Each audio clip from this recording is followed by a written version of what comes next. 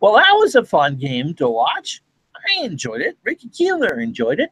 Not a happy recap, but I don't really care. Well, actually, we're both kind of fans of American League teams, so it is a happy recap. The American League wins the All-Star game 2-1 in extra innings as Robinson Cano, don't you know, with a home run into the National League bullpen. And Ricky Keeler, how are you? I'm doing good, Ron. Yeah, it's kind of tough for us because, like you said, we both root for AL teams, but we cover an NL team, so we don't really have a rooting interest. We just enjoy good baseball, and tonight was good baseball. That was a good game. That was a really good game, and good outings, a good start from Max Scherzer. He knew he was only going to get one inning, and grunted like he was playing tomorrow morning at Wimbledon on center court. Let it all hang out. 98-mile-an-hour pitches. I'm not going to go through the stats. It really doesn't matter. Daniel Murphy got a single that none of America saw because Fox was in commercial. Bryce Harper worked a single, and then he worked a walk off of Dylan Betances on an 0-2 count and worked that back for a walk. So good effort from him. Ryan Zimmerman with some good stuff in the field. Bryce Harper, future television star, great live interview during the game. Really was just a fun game, wasn't it? Yeah, I thought so, and I thought Scherzer set the tempo from the beginning. I mean, he did give up the base hit to Ramirez, but he goes out there and wins a big battle with Aaron Judge, who was able to work the count, and then Scherzer blows a fastball by him and then gets George Springer to strike out swing, and Springer is one of the better power-hitting leadoff hitters when he was hitting cleanup in the league, so really strong inning from him. I love the way Harper, like you said, worked the count against Betances, but also worked the count against Chris Sale. That's right. Full in the first inning and blooped a single in the left, doing that opposite way hitting. I think the only tough luck night was Zimmerman, and could have easily had a home run in the fourth, and kind of Arenado ruined his night by trying to tag up from first base on Mookie Betts. That was a strange play. That was for the Wild. That was the hardest ball hit. Took it right to the track, and then that's a big park in Miami. But for whatever reason, I don't know what Arenado was thinking. I got to give Harper credit, though, for the diving catch in the second plus the hair flip. Oh, my goodness. Yes. Yes. As I've said on Twitter before, Ricky, why is he not on a bottle of shampoo? Look, it would take me about 30 years to get that kind of hair, but whatever he's using, I'll do. All right. To the chat, hey, Judo Joker, who spent some time with us during the game, and Seth Ross, as I see my bald head on the replay there. Hey, guys, how you doing? My favorite Major League Baseball player, Seth says, hit the go-ahead home run. Cano is the MVP. I'm doing fine. How are you, Ricky? Cano, I don't really have a beef with Cano anymore. I was kind of surprised that you read that he was the injury replacement to Starlin Castro, and Cano's had a pretty good year. Yeah. So that was kind of the surprise from everything. But good for him. I mean, got a good pitch for Davis. It's just not the Cubs' year. I mean, the better NL Central team didn't get their closer used. So if you're a Milwaukee fan, you're probably ticked off tonight. That was the universal line on Twitter on both my personal timeline and district was, it's just not their year. Judo says, not really a Red Sox fan, but I'm a bit of a Kimbrel fan. Nice to see him get the win. I had the chance a few years ago to interview Kimbrel before the last World Baseball Classic. Nice guy. Red Sox got really lucky to get him. Seth says, well, now that's over. Time to get back in touch with reality. Bullpen deal. That's coming soon. We were going to run a story today on iPower Ranked, who I felt were the top 5 trade candidates for closer. But we had some technical difficulties, so that will run tomorrow instead. I am not on the list, I'm sorry to say, at my age, but you never know. You've got some years on me, though. Let's see. Judo says, Max K, Judge, and Bryce got a hit off a sale. Fun first inning. I'm telling you, Scherzer was so jacked up for that appearance. I mean, maybe they had him mic'd. I've heard him grunt before. But that was really loud. He was throwing everything into it. And Seth says Strasburg did not play. What's up with that? I think that was by design, Seth. I think they were holding him unless they needed someone that needed to go a couple innings if it went extra. And honestly, after Saturday, I'm quite okay with him not going out there and throwing. I'd rather him have the rest. That's just me. Yeah, you're going to have, I think, a bigger issue. I think that, again, like I said, that Knable didn't get in, and he's really the lone Milwaukee guy. So I think Milwaukee's got a bigger beef. Robbie Ray not getting in to the game, but Greinke got in.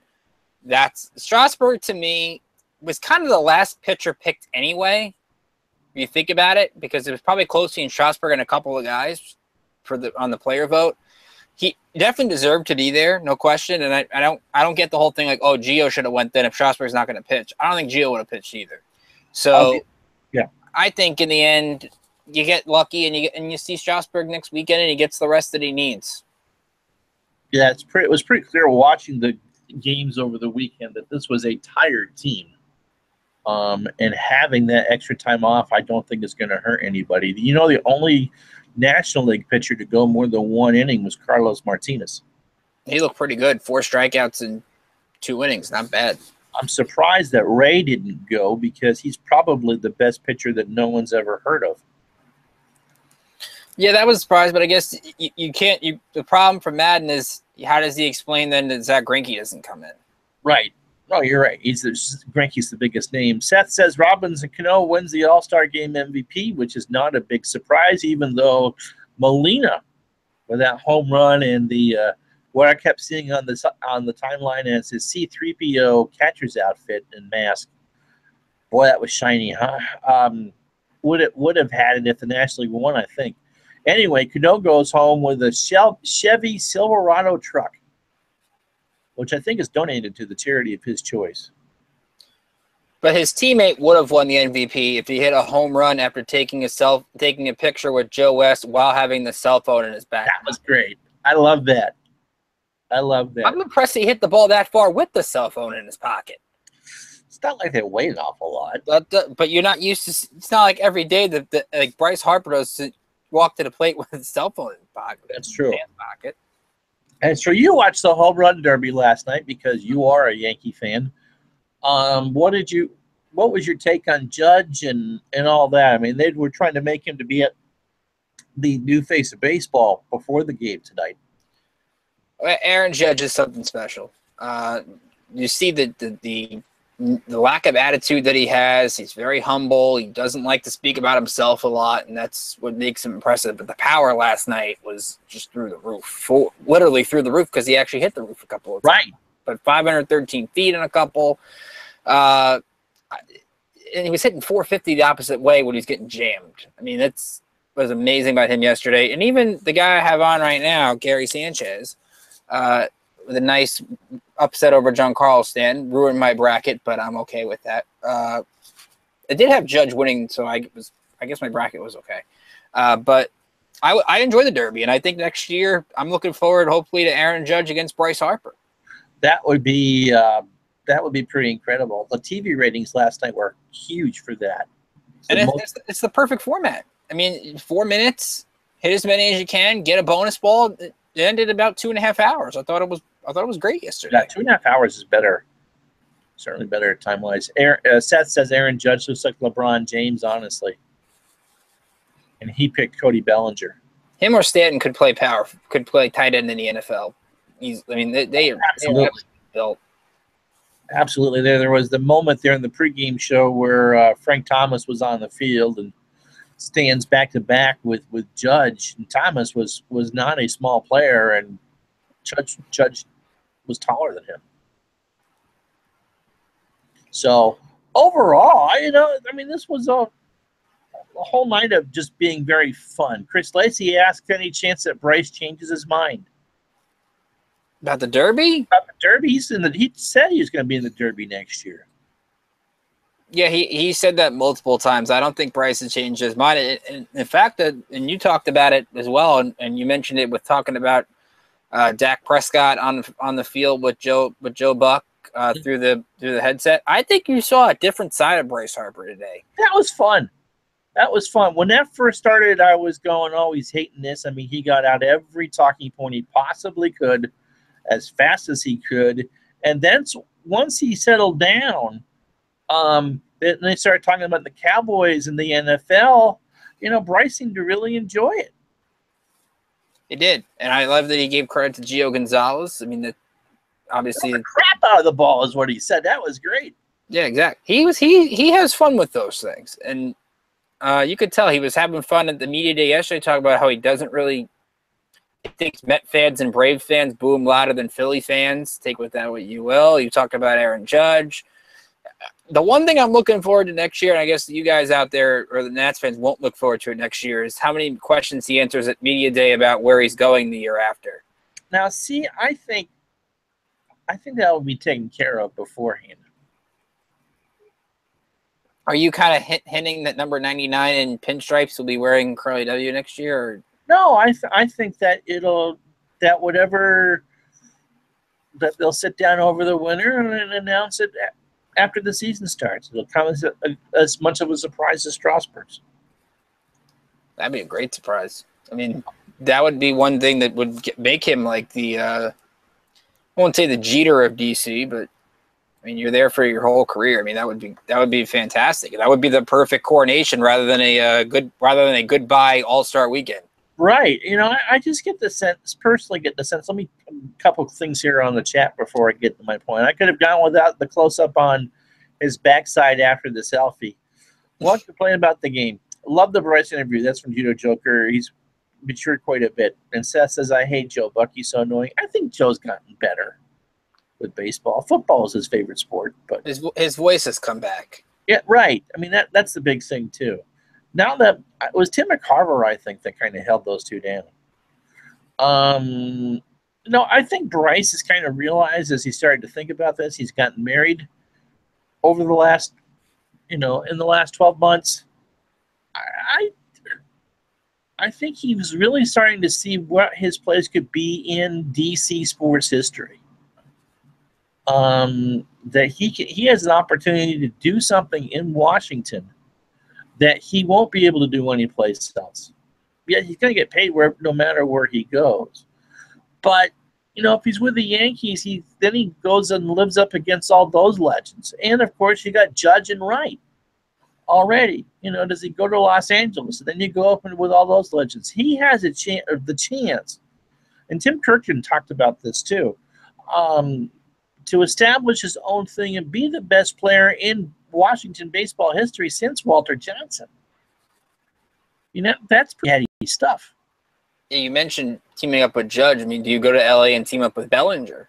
I mean, the way he's been going, or Chicago with Bryant. I mean, I won't say second fiddle, but you kind of are in the other places that he would go, except starting a rebuild process with one or two superstars in Philadelphia. Well, even if you went to Los Angeles, you're in the same market as Mike Trout. And you're the second star to Clayton Kershaw. Clayton Kershaw, right.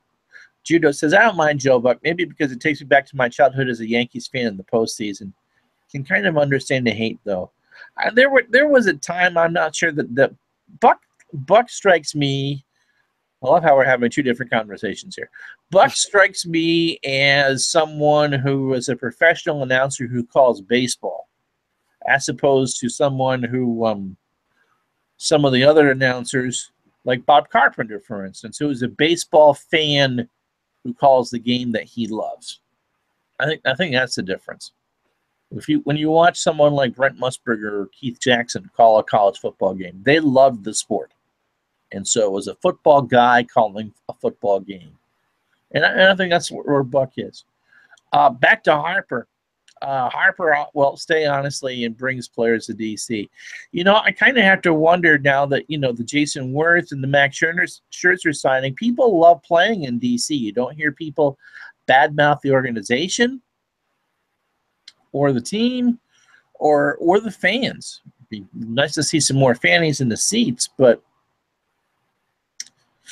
has Dusty kind of changed that, though? Because you got the sense 2 years ago that the whole Matt Williams drama kind of made people not want to play here.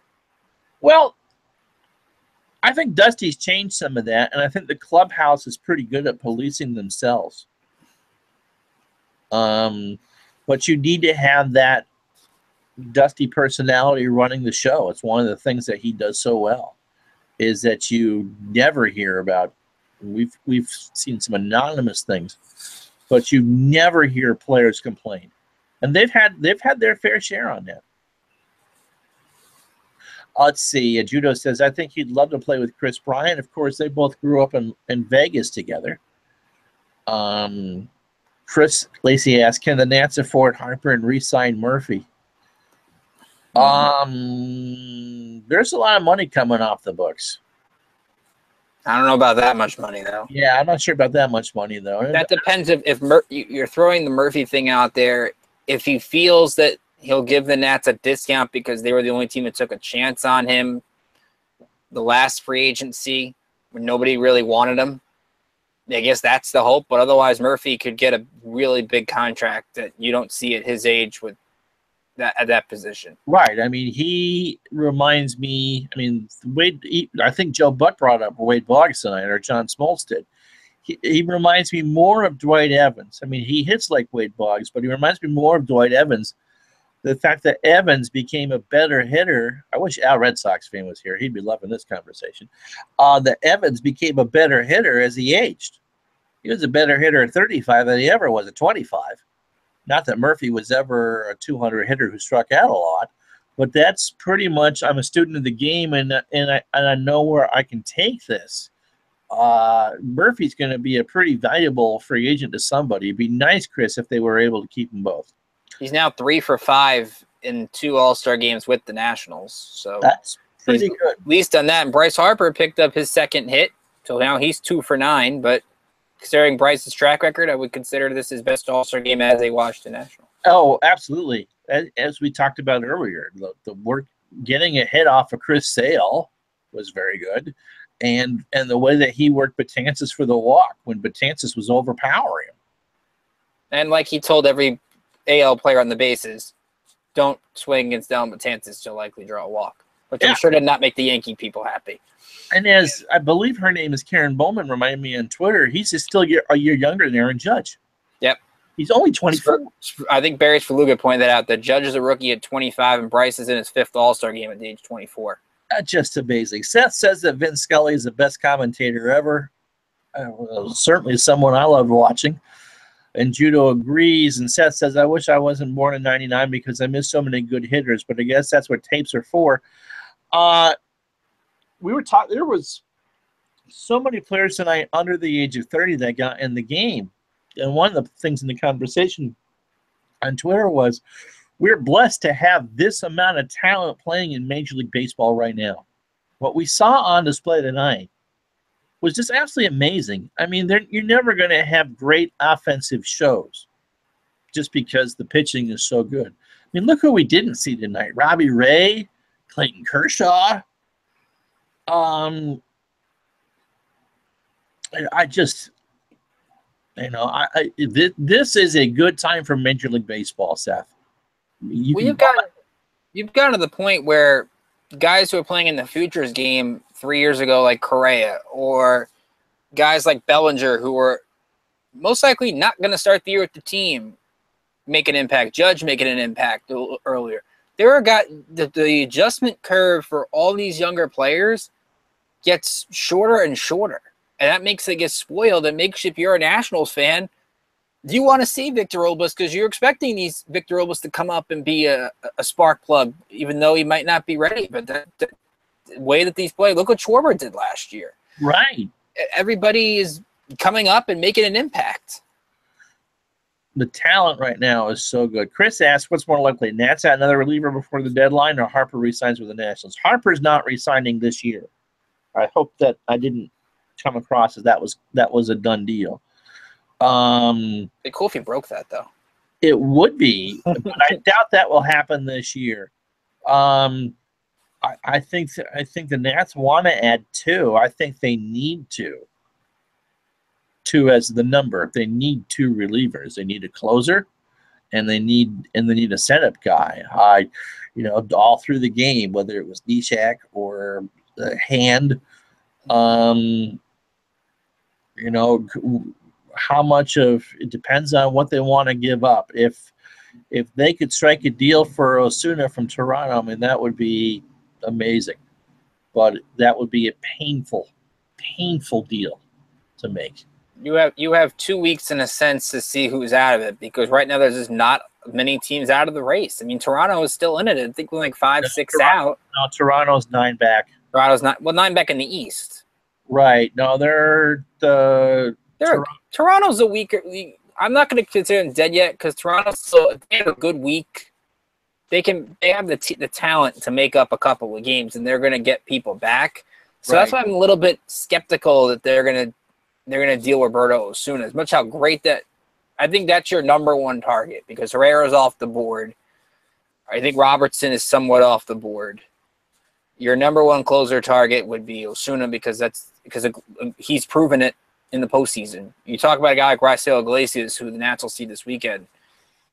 He just hasn't. I'm not willing to give up the farm for somebody that hasn't pitched in a big game in August, September, or October before. Right.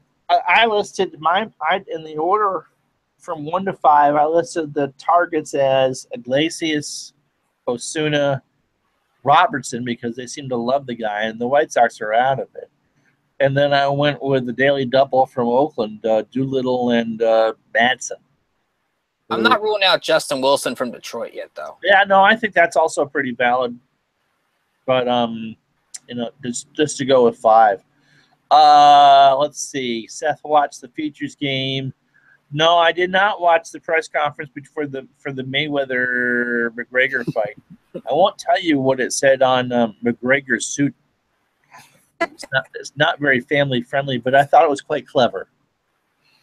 And Futures game was good, though. I will say, for somebody who watched a little bit of it, I did enjoy it. Victor Robles got a sack fly and did pretty well. The world made it interesting. It was 7-0 at one point, and it was 7-6 was the final, right? With the USA winning. That's right. All right. If Chris asks if Glover is healthy, isn't he their closer? No, I don't think so anymore.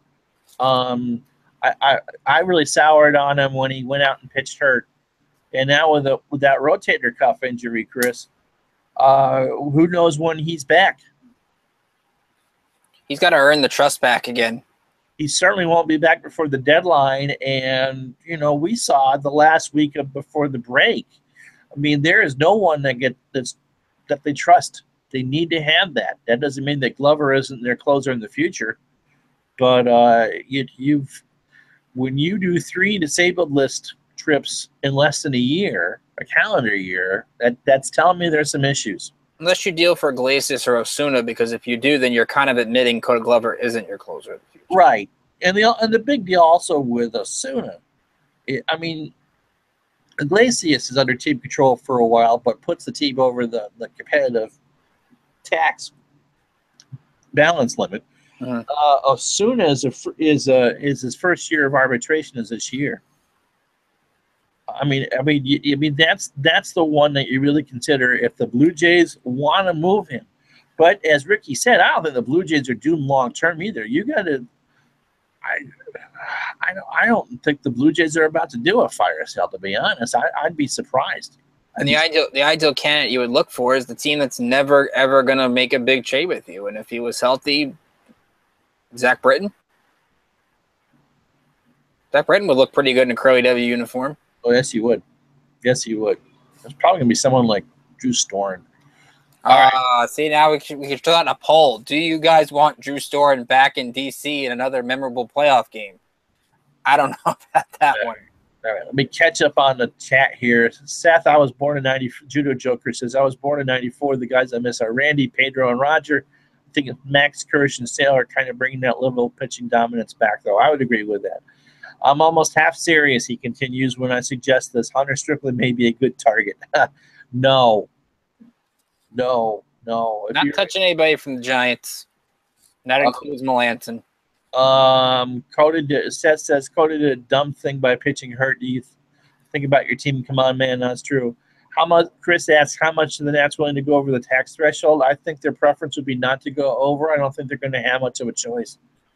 The thing with Robertson is that would put them way over unless they took Major League salary back, and I don't think that's what the White Sox are looking for.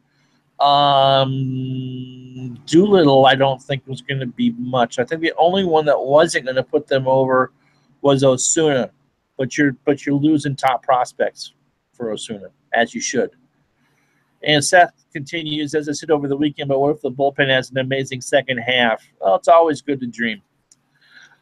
You have to hope guys like Romero build off the confidence from Sunday. I mean, you hope what I think Seth is aiming at here is maybe getting a few days away. Oh, I think that's them. right. Yeah, I understand the point. And who knows? You got Romero here with a couple of weeks. Ricky, would you throw him in and see what he could do? I would, but I don't know what Dusty's thinking is. I mean, we don't know who's pitching the ninth on any given day. That's really what.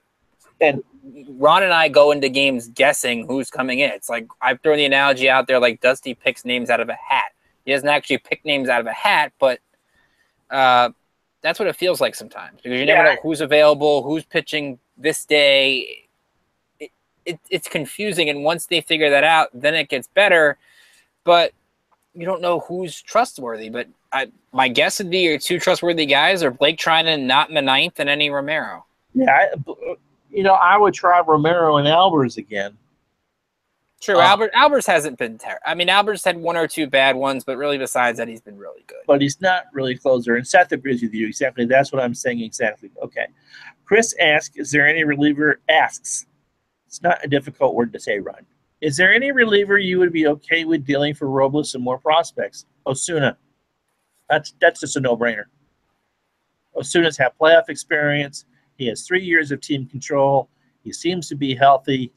He's a dominant pitcher. But again, I'm not, just because we're mentioning the name, I haven't heard of any rumblings the Blue Jays want to do that. I'm agreeing with Ron, and this is somebody we argued about this Sunday. I would consider Victor Robles really my number one untouchable player because this kid will be in Double-A soon at less than 20 years old, and he looks like a five-tool kind of player. That would, especially with Bryce's uncertain contract situation, you need that kind of guy to sort of be your new core player with Rendon and with Turner if Bryce does leave. Yeah. Seth, thanks you, Rick. The Judo says, here's the deal with Storen. If he's the best shot, we have to give him a second chance. Seth disagrees, never wants to see him in a Nats uniform again. It would be chance number 3, Judo, and I don't know if I'm willing to give him chance. Like St. Louis was chance number 1, San Francisco was chance number 2. I don't really feel like giving him chance number 3. There are better options out there. It's just a question of going back to what Chris asked. How much more money are the Nats willing to take on? Go to Pittsburgh and go get Tony Watson. Yeah, there's Tony Watson. There's the 2 pitchers in Oakland. You could go and try to make Brad Hand a closer. There's Neshek from Philadelphia. Brandon Maurer in San Diego would be another one if you don't want Brad Hand. I've read those numbers because I looked, and you're just putting Maurer is pretty interchangeable with the parts like Trinan. Mm-hmm.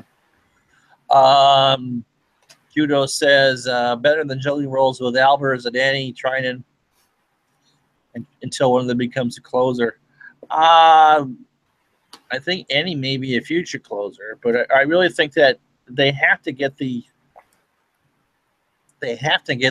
closer situation set, and at this point they really have no choice but to trade for one. If Glover had done what he did, I'd have been fine going in casting your lot with that, but no, they gotta have a closer.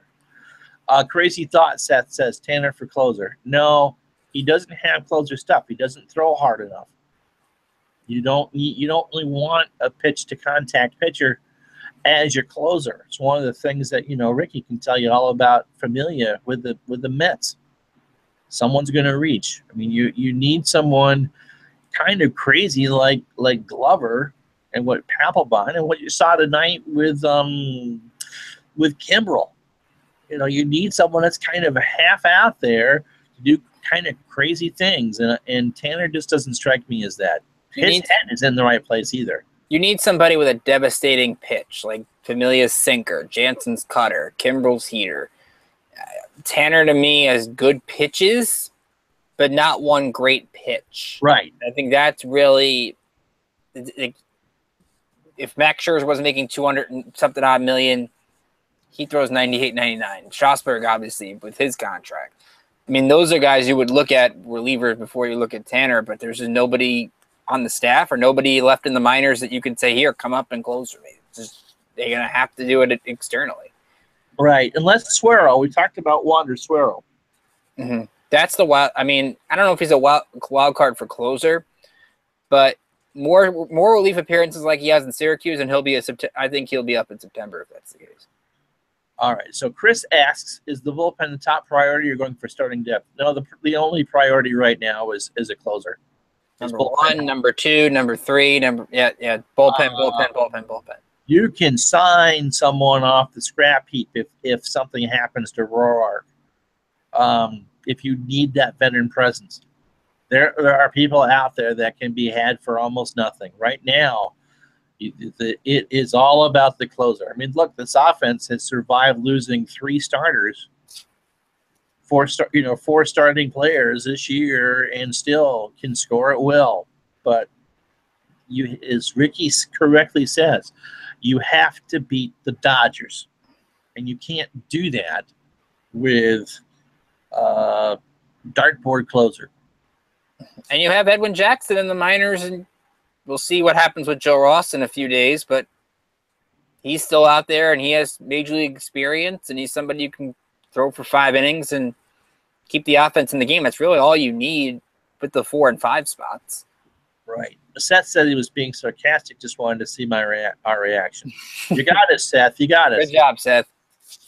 Judo says, depends if Roark is better after the break. Seth says, when's the earliest you can see a trade for bullpen help? I bet it probably will be as close to the 31st as they can get. I just think they want to go as many options because the Lerner family does not want to break into the luxury tax. It's a 20% tax for every $1 million they're over. And theoretically, if they go over by $5 million, it's only an extra $1 million. They've never done it before. Robertson, I think, would be like $15-16 million. I mean, so there's a lot of extra money there. So I think they really need to see who comes off the board first, and see what see what kind of deal they can try to strike. What do the Reds want? The Reds aren't really shopping around Iglesias either. It's going to be a question of, okay, if it's either Ozuna or Iglesias go to anywhere, it's going to be what kind of offer can we offer that's overwhelming? I mean, the Nationals don't have a lot of leverage, and teams know that. So I think it's going to be as late as possible. I think the earliest is maybe the Monday before the Milwaukee-Colorado homestand, because I think they're going to look at themselves after the 9-game road trip. Jason Worth hopefully will be back by then. By the end of that trip, Michael Taylor hopefully will be back by the end of that trip. And you kind of can get a better idea of where you're at, because your only injury then would be Trey Turner outside of the bullpen guys. Right, because Eaton isn't coming back. Mm-hmm. All right, so Chris asked, I think that Roark and Ross can come – do we think that Roark and Ross can get through the second half? I think Roark's problems are between the ears. I think what we saw from him out of the pen on Sunday or over the weekend – it was Sunday, right? Saturday. Told you. I'm tired too. Was an improvement, but it still wasn't great. But it was a step forward compared to what it was. Ross, I have real concerns. I think there are some injury concerns there. When you have an immediate MRI, as we're holding the post-game press conference, and your arm is stuck in a tube, and you lose that so much velocity that they're calling your pitches change-ups on the board. I think there's some real issues with Ross. I hope I'm wrong. To save time, I'll agree. And like we talked about, they have a few off days in July that they can kind of get by with only 4 guys for the time being. Judo says, Seth thinks that Tanner will turn it around. Judo says, I don't think they have much choice because they almost are almost there, as I agree, Seth, with the tax. All right. Ricky, there was one minor league game, and since that's your department. Yes, that's right. Everybody was off tonight. Remember, you got AA All-Star game tomorrow, AAA All-Star game tomorrow at 9 o'clock on MLB Network. So if you don't want to watch the ESPYs, watch. Andrew Stevenson is in for the International League. Maybe he'll get in later in the game. So that game's out in Tacoma, Washington. But Auburn beat Aberdeen in the New York Penn League 12-5. Zach Collier in a rehab stint for Auburn had 3 hits. Pedro Severino, who's in a rehab stint as well, went 2 for 4. Jake Scudder drove in 3 runs at first base, so a good night for the Auburn offense. Nick Rackett got the start, third-round pick. Alex Troop, who's a switch hitter / pitcher from Michigan State, and Kyle Johnson from Texas all had 4 strikeouts, 13 Ks by the Auburn pitching staff tonight, so they go to 8-13 on the year. All right. Well, we had some technical issues today, which only allowed us to have the one story on the site, but it was a look back at Walt Masterson, who Max Scherzer joined today as the only 2 Washington pitchers ever to start an All-Star game. Walt started in 1948. Take a gander at that. Not many people did. But that was a fun story to put together. Tomorrow we will have the power rankings of who I think the top 5 closers are. So there's no Brad Hand or Neshek on the list. So that will go up early. And then, Ricky, you're doing a slider on the top 5 prospects not named Victor Robles, right? Yeah, there's no particular order of prospects most likely to be dealt. I'm taking a look at 5 possible prospects outside of Victor Robles that I think the Washington Nationals could deal. I'll throw some names out there. I did throw out Juan Soto, but I do think he won't get dealt, but I had to throw one of the untouchables in there. Another guy I would look at, this guy was rumored to be a trade piece in the offseason. That's Jesus Luzardo, who's off to an excellent start in the Gulf Coast League, hasn't walked a batter in 3 starts there. So he's a guy at 19, a left-hander. The Nats don't have a strong farm system as they once did, but there's still talent there, and I'll tell you a little bit about those guys. All right, and I'll have a piece at lunchtime that talks about that's now our turn for the All-Star game. Now that Miami has done a great job at hosting, especially the home run derby. The game was so much fun. Now it's Washington's turn as we get the 2018 game. All right, so thanks for being with us, and hope you enjoyed the game. Our next show is Thursday? We are working on a surprise guest for Thursday that we're not going to tell you about yet because we're finalizing the details, but we are working on a surprise guest that we think you will enjoy. Let's talk about the second half. Let's throw that out there. Absolutely. And the nightly DoDCast will start again on Friday as we get set to start the second half of the season in Cincinnati at Great American Ballpark. All right. And so Max is the first, as Judo says, Max is the first pitcher ever to post 170 Ks and a sub .8 whip going into the All-Star break. Wow. Oh, Seth says, my opinion, Nats receive David Robertson and Shy Sox receive Fedde, Stevenson, and Kieboom. Seth, the only reason I'm going to me, you have to keep Eric Fedde around. Yeah, I think Fedde's because the depth in the upper levels when pitching is not good. And I think Eric Fedde is going to be up in the majors at some point this year. And remember, Robertson is due another year on his contract. And so that would put them way over the tax limit. Not just this year, but potentially, that's a lot of money to pull around next year. Remember, if Matt Wieters might decide he doesn't want to leave. And so that $10.5 million that he's supposed to get next year that we thought wasn't going to be there may end up being on the books. So, I don't think Fedde's going anywhere. All righty then. So, thanks for hanging with us. We'll talk to you at some point on Thursday, that's for sure. So follow us on Twitter at District on Deck. Give this video a like and subscribe here on YouTube. Give us a like on Facebook. We like that. And, of course, the website itself, districtondeck.com. As my cat screams at the door because I'm going to bed. For Ricky Keeler and the rest of the staff of District on Deck, I'm Ron Juckett. Have a very good morning.